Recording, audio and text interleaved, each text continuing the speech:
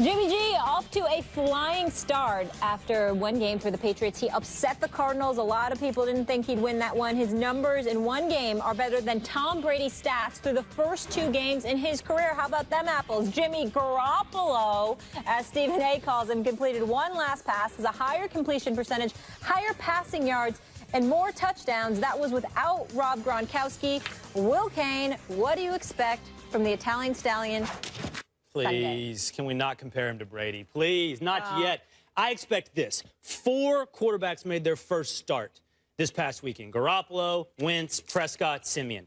I think 3 of them, and Jimmy G being among them, the bloom will fall off the rose. There was an article this week up on the Ringer showing that everyone dinked and dunked the first week away. Every one of the passes were like 6 yards in the air. Some of them as short as 4 when it comes to Trevor Simeon. That's going to end.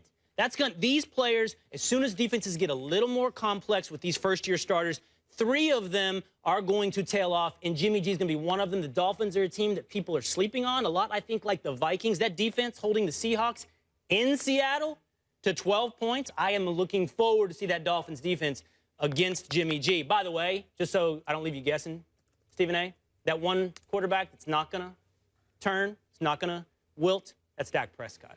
It's just going to get sweeter as the season goes. So are you picking? What are you picking? You pick, Dolphins. What do you think is going to happen? The Dolphins going to win this game? Dolphins going to win the game. Yes. Well, you know, listen, first of all, a couple of things. When you rock back and forth the way that you do in that chair, it just shows how nervous you are. And listen, we're just talking sports here. Will, there's no reason to get nervous. I mean, don't panic. All I'm going to do is expose you for being wrong. That's all I'm going to do. There's no harm that's going to come to you. It's the United States of America. You're free to be wrong, which you are all the time. And this is the latest example. This is the latest example because here's the reality.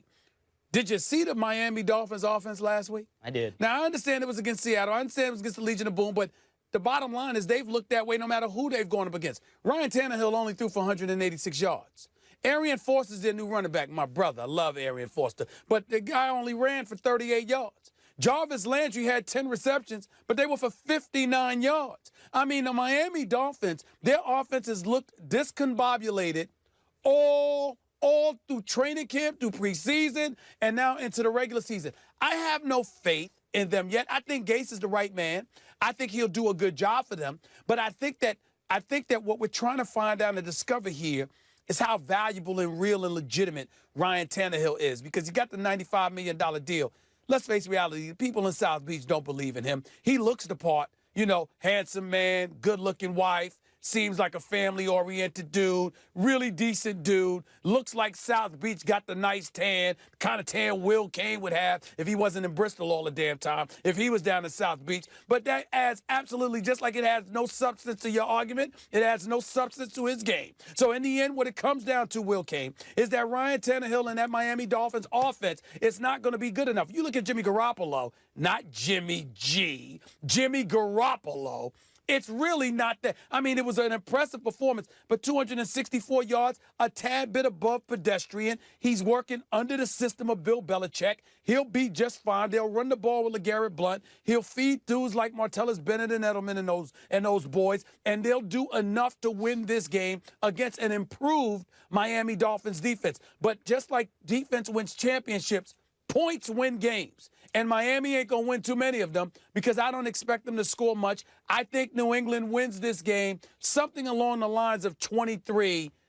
Well, the odds on Stephen A. complimenting Ryan Tannehill's looks over Jimmy G's were low. Like, that was not the Jimmy shot G's a you good-looking expected. guy. Well, that's what everybody's saying all week, in the business of I'm not in the business of complimenting how men look. You just I don't roll like that. That's just not my style. But if you're a handsome dude, I got to give you credit where credit is due. I look at Tom Brady. I'm telling you right now, I see some of his outfits. I'm like, damn, I got to get one of those. I got to get that blazer. I got to get that suit. I mean, if you got it, you got it. I got to give you props. You understand? But that's all it is. Just giving credit where credit's due. We appreciate that.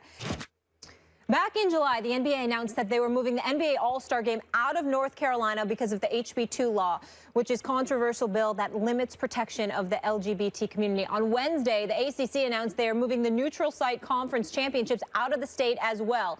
Here's what Panthers coach Ron Rivera had to say about his thoughts on this yesterday. People come to the stadium to get a what? And I decided that after the 1980 Olympic boycott. I didn't think it was fair. We were using sports as pawns. We weren't happy with the politics in Russia. And what did they do? They were invading Afghanistan. So as far as I'm concerned, sports is sports and politics is politics. You want to talk politics, you want to get involved, so we had in the political ring, you want to make change, vote. Will, you agree with Ron Rivera there? Yeah, I do agree with Ron Rivera. Now, to some extent, I recognize that politics and sports intermingling, at least on the edges, is unavoidable. It happens. Politics seeps into every aspect of life, no matter where you're looking, pop culture, sports, whatever. But at this point, we've gotten pretty far beyond the messy edges of sports and politics intermingling, Stephen A. What we've gone into is advocacy. What we've gone into is sports entities, sports franchises, players advocating for positions through the mechanism of sports. And here's why I have a problem with that. It's all cool. Everyone likes it as long as you agree with it. And then, oh boy, the game changes. Everyone can root on a player or a team or the NCAA or the NBA doing something as long as it's on their side. Now, it reflects this larger problem we have, by the way, where everyone only wants to hear people that agree with them. They can't expose themselves potentially to the idea that they could be wrong. And by the way, when I look at people like that, I see lazy, I see sloppy, I see easy win. It's not just win like, oh, debate, cheap wins and losses. It's like easy persuasion to my side. If I have a position, if I can counter someone, and by the way, Stephen A., just to say, you're not one of these people, consistently subjected his views to scrutiny, to rebuttal, it makes your argument better, makes your position better, makes you better. But now we're in this world where everyone agrees all the time, only wants to hear from people they agree with. And here's how this comes back to the NCAA and the NBA. You get into an idea where anyone that disagrees with you, well, they can't have a legitimate point, and they can't simply even be wrong. They got to be evil. They got to be bigots. They got to be racists. They got to be awful human beings, because otherwise they'd be on my side. Clearly, right? That's what everybody thinks. So now when I see the NCAA or the NBA or anyone taking political positions, what they've done is they've ignored the potential for real disagreement. And by the way, most athletes, most sports entities are completely unqualified to have informed opinions on any of these debates, much less recognize intelligent disagreement. So this is my problem with it. It reduces us into good guys versus bad guys. Let's advocate for the good guy's side, and it all works as long as you think you're on the good guy's side. Well, first of all, let me say a couple of things. And I know we're debating on this show. Let me say something to you personally, Will. There is very little that you say that I agree with.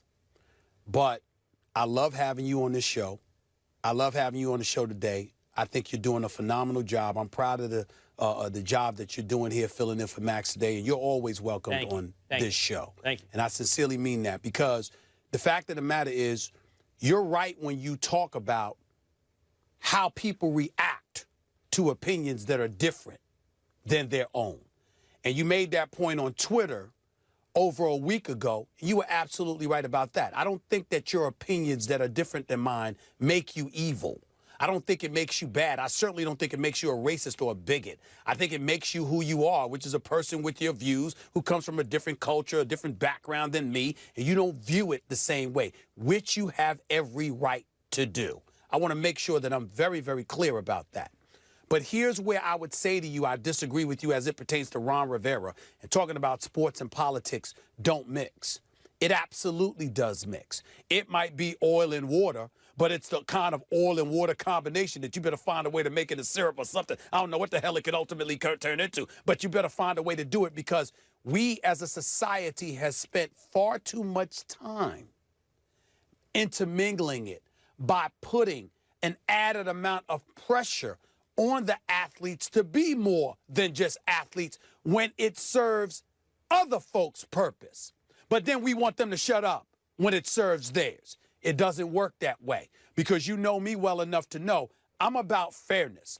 When we talk about Jackie Robinson integrating baseball, yes, he integrated baseball, but wasn't that about integration?